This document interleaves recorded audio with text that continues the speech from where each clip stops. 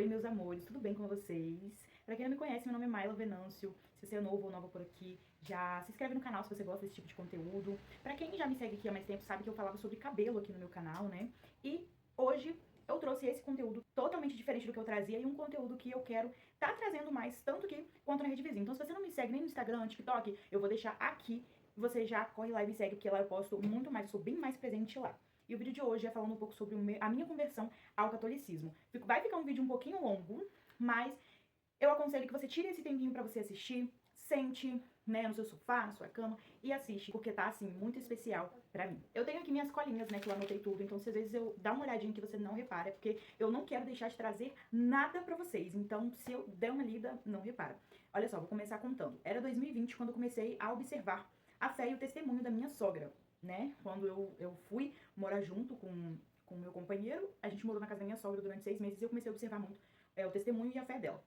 Era sempre vendo ela rezar, viver modestamente, manter virtudes e não precisava dela ficar me falando nada, sabe? Eu via aquilo ali nela sem ela precisar ficar me falando, porque o testemunho dela falava por si. Então, gente, que me surgiu uma curiosidade um pouco maior pra conhecer sobre a fé católica, porque até então eu não estava seguindo religião nenhuma. Então surgiu essa curiosidade e essa humildade de querer colocar de lado tudo aquilo que eu cresci ouvindo pra poder aprender mais sobre a religião da fé católica. Então, gente, eu comecei a pesquisar, comecei a ler muitas coisas, né, sobre até histórias mesmo, histórias do nosso Brasil, do nosso mundo, né. Então eu encontrei o site do Padre Paulo Ricardo e o YouTube dele também, que é assim, gente, sensacional pra quem tem muitas dúvidas sobre catolicismo, sobre a fé católica, sobre tudo. Tem no site e no canal do Padre Paulo Ricardo. Também aprendi muito com o Frei Gilson, mas eu me aprofundei mesmo, sabe, estudei mesmo.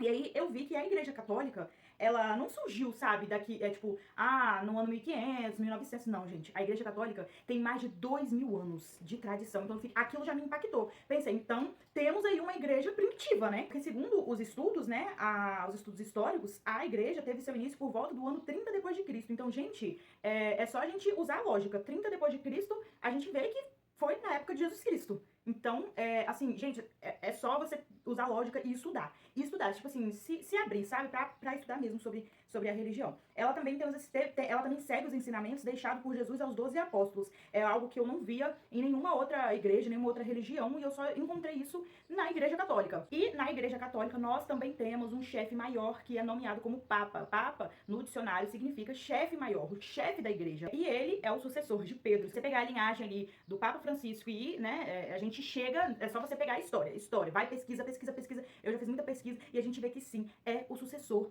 de Pedro, no qual Jesus colocou como chefe ali dos outros apóstolos e deu a ele a chave do céu e do inferno em suas mãos. Então foi quando eu decidi ir pra missa, gente. Quando eu pesquisei essas coisas, comecei a me aprofundar muito. Gente, eu pesquisei sobre tudo que vocês imaginarem, eu pesquisei. Tudo que eu tinha dúvida, eu pesquisei e estudei.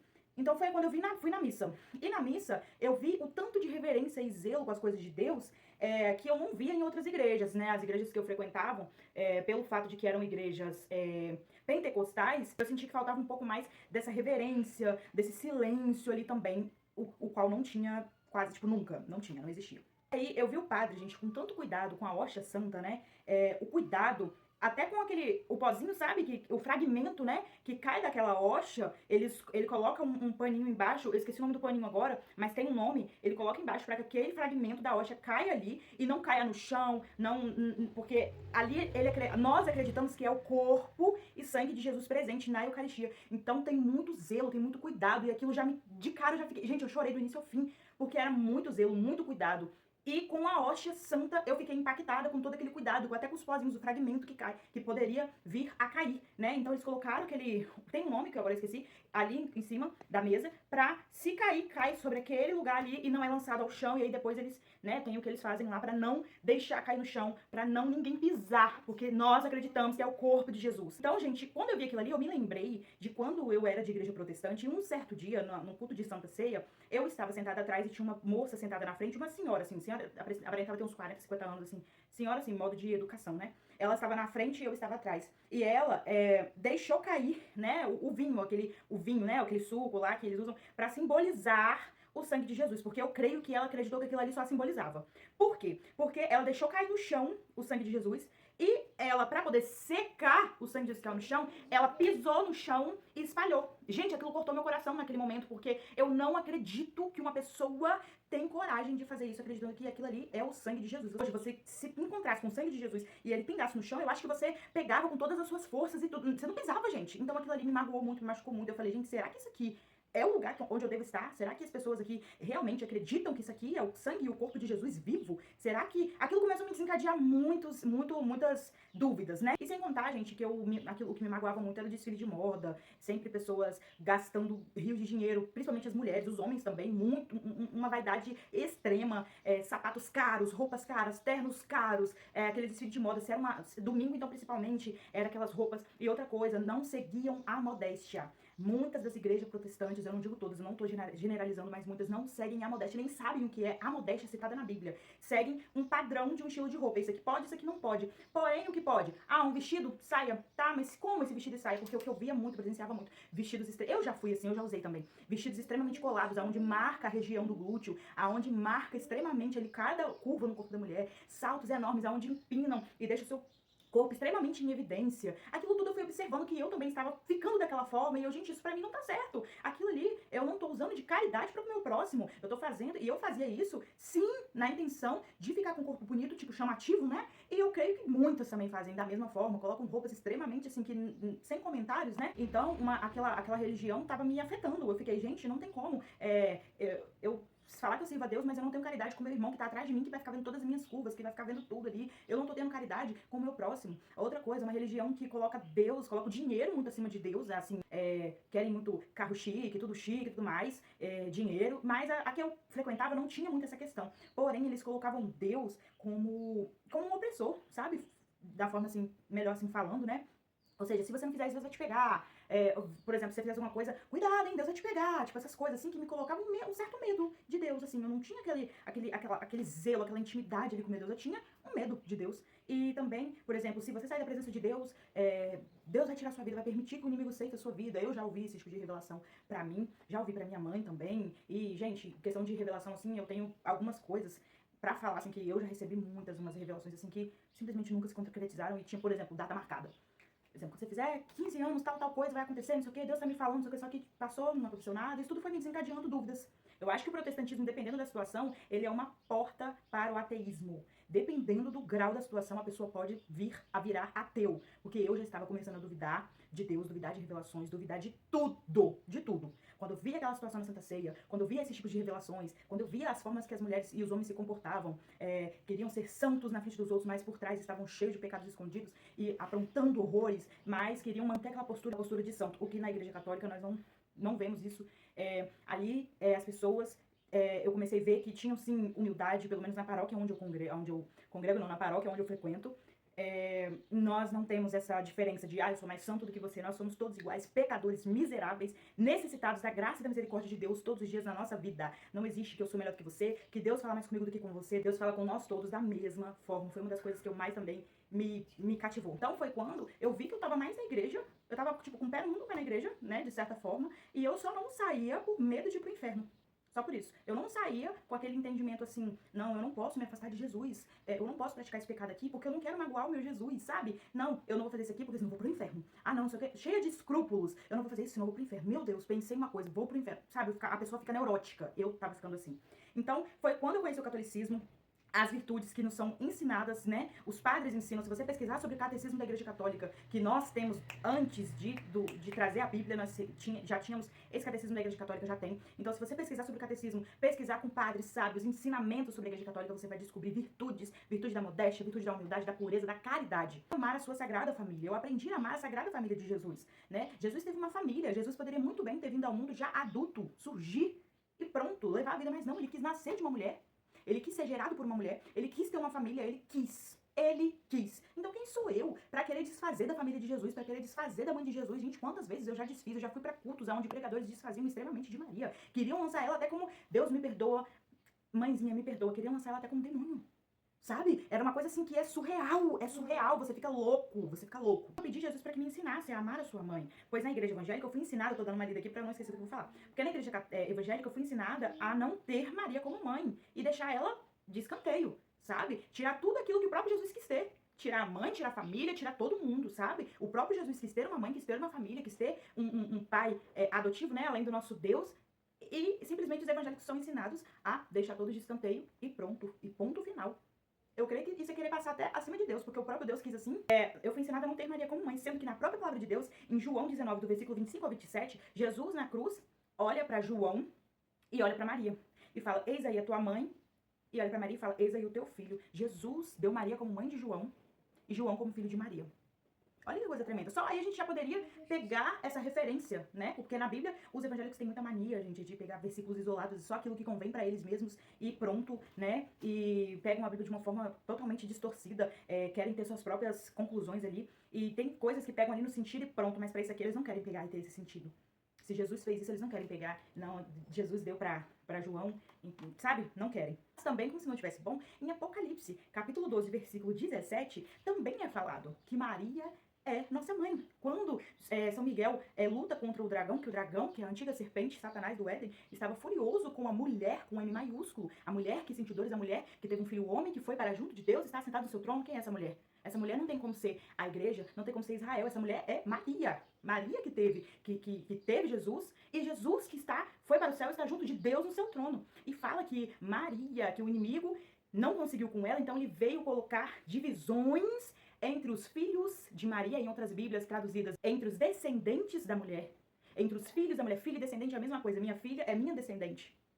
Então, assim, em Apocalipse, nós somos citados como filho de Maria e o melhor de tudo, os descendentes da mulher, que guardam os ensinamentos de Deus e seguem os ensinamentos de Jesus.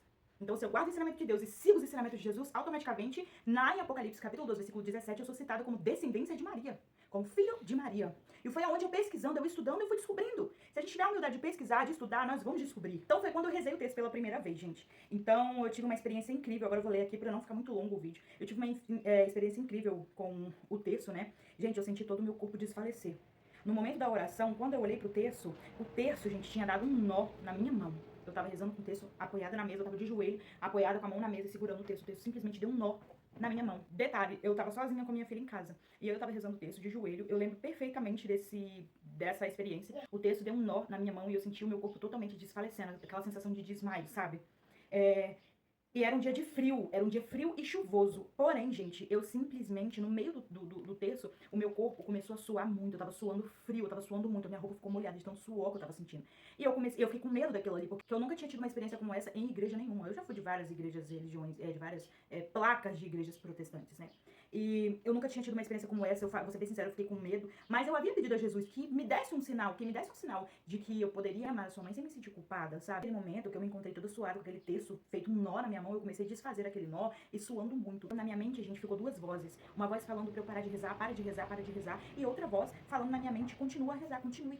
E eu continuei. Eu não conseguia mais ficar de joelho e eu sentei no chão. Sentei no chão e continuei a rezar, cheia de medo de tudo aquilo que eu tava presenciando, de toda aquela coisa que eu tava vivendo, né? Que eu nunca tinha vivido aquilo. Foi quando no meio do texto ali eu parei, eu não tava aguentando mais, eu parei, chorei, suspirei, respirei fundo e falei com Deus. Falei, Senhor, eu não tô aguentando mais. Eu não tô aguentando mais, eu preciso deitar pra continuar rezando, mas eu não vou parar de deitar. Porque eu senti aquilo, era o Espírito Santo de Deus que tava falando no meu coração pra eu não parar. Falei com Jesus, Senhor, eu vou deitar e vou continuar. Só não me deixa desmaiar, porque só tá eu e a minha filha em casa. Eu pensei mesmo com Jesus, sabe? Falei, Senhor, não me deixa desmaiar, só tá eu e minha filha em casa. Deitei, gente, toda suada, completamente suada, aquela sensação de desmaio, aquela detalhe. Nunca desmaiei na minha vida, mas eu acho que deve ser, aquilo era a sensação de desmaio. Meu corpo totalmente assim, sabe? Tudo que eu já falei pra vocês. Então foi quando eu deitei no chão, continuei. Quando eu acabei o texto que a gente fala, salve rainha, né? Quando eu falei essa frase, salve rainha, foi quando eu senti como se um peso saísse assim de mim. Um peso saísse, um peso muito grande saísse, como se Maria me segurasse ali, sabe? Eu tô aqui, filha, eu vou te ajudar, sabe? Eu tive uma experiência com Nossa Senhora, que eu pedi a Jesus essa experiência com a mãe dele. Naquele momento que eu senti como se aquele peso saísse, meu coração ele deu aquelas palpitações, assim, sabe? Ele acelerou naquela hora. Então naquele momento Jesus me tocou fortemente no meu coração. E veio essas palavras certamente assim na minha mente. Você não pediu uma experiência com a minha mãe para que você aprendesse a amar ela? Então eu te dei essa experiência com a minha mãe. Estou te dando essa experiência com a minha mãe. E aí foi quando eu senti no meu coração. Você foi liberta de tudo aquilo que te aprisionava, seus pensamentos, que te faziam ver Maria como você foi ensinado. Eu senti tudo aquilo através do rosário, através do Santo Terço. E veio essa frase na minha mente, eu nunca ouvi assim, nunca tinha ouvido ninguém falar. Até hoje eu acho que eu nunca, se eu não me engano, nunca ouvi ninguém falar. Quem ama minha mãe, me ama 2 vezes mais. Porque eu sou do tipo que eu penso assim, quem ama a minha mãe, me ama também. Aquela sensação, né? Se a pessoa gosta de mim, certamente eu vou ficar muito feliz se ela gostar da minha mãe. Eu vou sentir que ela gosta 2 vezes mais de mim se ela gostar da minha mãe também. A Igreja Católica é única, que segue toda a tradição apostólica. A Igreja Católica, mesmo antes de terem trago a Bíblia Sagrada para nós, porque sim, gente, foi a Igreja Católica que trouxe a Bíblia para nós, que traduziu a Bíblia para nós. Se hoje nós temos a Bíblia Sagrada, foi graças à Igreja Católica. A Igreja Católica foi quem traduziu. Foi a Igreja Católica, a pedido do Papa São Damaso, no ano de 366 e 384, São Jerônimo empreendeu no século IV uma tradução das Sagradas Escrituras para o latim. Antes disso, era seguido uma tradição, ou seja, a pregação dos apóstolos. Tudo aquilo que os apóstolos foi deixando foi passando de geração para geração. Antes de ter a Bíblia, era seguido isso aí. Era seguido dessa forma. Então, quando a gente fala que a gente crê na Bíblia Sagrada de Deus e crê na tradição dos apóstolos, a gente não está colocando de lado as Sagradas Escrituras. A gente está deixando em evidência, além das Sagradas Escrituras, antes existia uma tradição que era seguida pelos nossos antepassados. Antes de ter a Sagrada Escritura. A Igreja Católica, ela é anterior às Sagradas Escrituras. Vou ler aqui, tá? A Reforma Protestante aconteceu por Lutero, porque Lutero, ele rejeitou a hierarquia religiosa, o celibato, que os padres deveriam, todos nós somos convidados a viver a castidade, até mesmo casados, todos nós somos convidados. Porém, os padres, eles vivem o celibato, eles não casam, eles não possuem filhos nem família, eles vivem em celibato, inteiramente a Deus. E Lutero não queria viver assim. Ele queria ser um líder em uma paróquia, né? Mas ele não queria viver o celibato, ele queria casar. Então ele rejeitou a hierarquia religiosa, rejeitou o celibato e o uso do latim nos cultos, nas missas. Além da interpretação pessoal, ele a partir do momento que trouxeram, né, que o Papa trouxe a Bíblia para nós, né, aqui, ele leu a Bíblia e teve sua interpretação pessoal.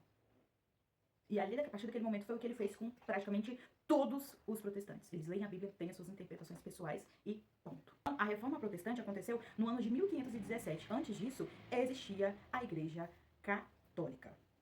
Não existia igreja evangélica. Então, gente, eu vi que sim. Eu prefiro ficar com a tradição seguida pelos apóstolos de Cristo há mais de 2000 anos atrás. Eu prefiro ficar com uma tradição seguida por mais de 2000 anos atrás pelos apóstolos de Jesus. Eu prefiro ficar do lado daqueles que seguem a tradição de Jesus e não aqueles que fizeram uma reforma protestante para mudar.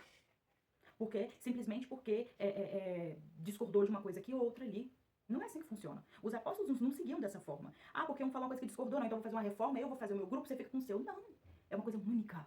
A Igreja de Deus é única, é una. Então, gente, eu vivi experiências incríveis, eu fui para retiro católico, eu tenho vivido diariamente experiências incríveis depois que eu fui para a Igreja Católica, depois que eu comecei a seguir tudo aquilo, sabe, que nós aprendemos diariamente sobre Jesus. Aprendi que a fé que nós temos não é um sentimentalismo, não é chorar, não é se arrepiar, não é pular, isso tudo é muito bom, mas a fé precisa estar viva em nós, mesmo nos momentos que nós estamos passando pelo deserto. Então, mesmo quando tudo me faz desacreditar, eu preciso estar com a minha fé enraizada e crer que, por mais que esteja tudo difícil, tudo que eu não esteja sentindo a presença do Espírito Santo, eu preciso crer que o Espírito Santo está aqui. Eu não preciso ter aquele movimento todo que eu fui ensinada na Igreja Protestante. Então hoje eu tenho uma fé que foi ensinada por Jesus e pelos apóstolos. Eu sigo a tradição ensinada pelos apóstolos, mesmo antes da Bíblia. Eu sigo também o que diz as Sagradas Escrituras. Gosto, porque na Igreja Católica nós buscamos viver a humildade, a caridade com o nosso próximo. Católico, tá, gente? De verdade, não é católico de IBGE que só fala, eu sou católico. O que muito estragou foi isso. Muitos católicos, eu não falo todos, porque eu conheço muitos católicos hoje em dia que vivem verdadeiramente a fé. Que oram, que façam jejum, que buscam. Que não vivem uma fé rasa. Uma fé de só falar, eu sou católico e pronto. Não, que são realmente católicos. Que seguem de verdade. Então hoje eu falo, eu creio no Espírito Santo, na Santa Igreja Católica. Nas Sagradas Escrituras e também na tradição. Porque antes das Sagradas Escrituras chegarem a nós, nós seguíamos uma tradição. Então, quando eu falo que eu sou católica, apostólica e romana, católico vem do grego católicos. E a palavra católico é a junção de 2 termos, kata e olos. E essa junção quer dizer junto, inteiro e total. Então, católico só quer dizer isso, que é uma igreja junta, que é uma igreja inteira e total. Tanto que hoje, a mesma liturgia diária que é aqui no Brasil, aqui em Porto Belo, Espírito Santo, é a mesma liturgia diária que é em São Paulo, que é no Rio de Janeiro, que é em Brasília, que é em Roma, é a mesma. E por isso nós somos uma só, una, católica. E quando a gente falamos que somos apostólicos, é porque nós seguimos a tradição deixada pelos apóstolos. Antes mesmo de ter as Sagradas Escrituras, nós seguimos a tradição deixada pelos apóstolos, que é a tradição pelos apóstolos estabelecidos. E quando nós falamos que nós somos romanos, a gente ouve muita pessoa falar, nossa, mas você é católica romana, romano não sei quem crucificou Jesus. Gente, não tem nada disso. Quando a gente fala que nós somos católicos apostólicos romanos, nós queremos dizer que, porque diz a respeito da relação que nós temos com o nosso bispo de Roma, que é chamado também o nosso Papa. Então, a Basílica de São Pedro é em Roma, que foi aonde aconteceu o seu martírio. São Pedro foi martirizado em Roma. Por isso nós dizemos, por isso que hoje a nossa Basílica, o nosso Vaticano é em Roma. Por isso que nós falamos que nós somos católicos apostólicos romanos. Não tem nada relacionado com os romanos que crucificaram Jesus. A única relação que tem é porque a Basílica de São Pedro foi construída em Roma, porque ele foi martirizado em Roma. Eu espero grandemente que o Espírito Santo toque no seu coração, que se você também tem essa vontade, que você pesquise, estude. A gente não pode ter preguiça de estudar sobre a nossa fé, principalmente nós católicos. Porque se tem uma palavra que se encaixa tão bem, que Jesus falou que nós seremos perseguidos, é o tal do católico. O católico é muito perseguido. A gente às vezes tem medo até de rezar um terço na rua, fazer uma caminhada com o nosso terço rezando, porque nós somos perseguidos. Porque alguém olha torto, alguém fala alguma coisa para nos magoar, alguém critica, igualzinho os fariseus faziam com Jesus. Então, se a gente abrir um pouquinho nossos olhos, a gente vê. Os fariseus faziam muito para mostrar. Eu oro, eu jejuo, chegavam a ficar transfigurados quando eu ia jejuar. Jesus vê quebrando tudo isso. Né? Então, tudo isso conta. E aí a gente também entra naquela palavra, né? Êxodo 20. Não fareis para ti imagem de escultura. Porém, gente, Deus falou isso porque naquela época ainda não havia Jesus, não havia Maria, né? Era somente Deus. E as pessoas daquela época costumavam cultuar deuses pagãos. Porque os deuses, eles criavam um rosto para aquele Deus. Era bezerro, bode, aquela coisa toda. E Deus não tinha uma figura.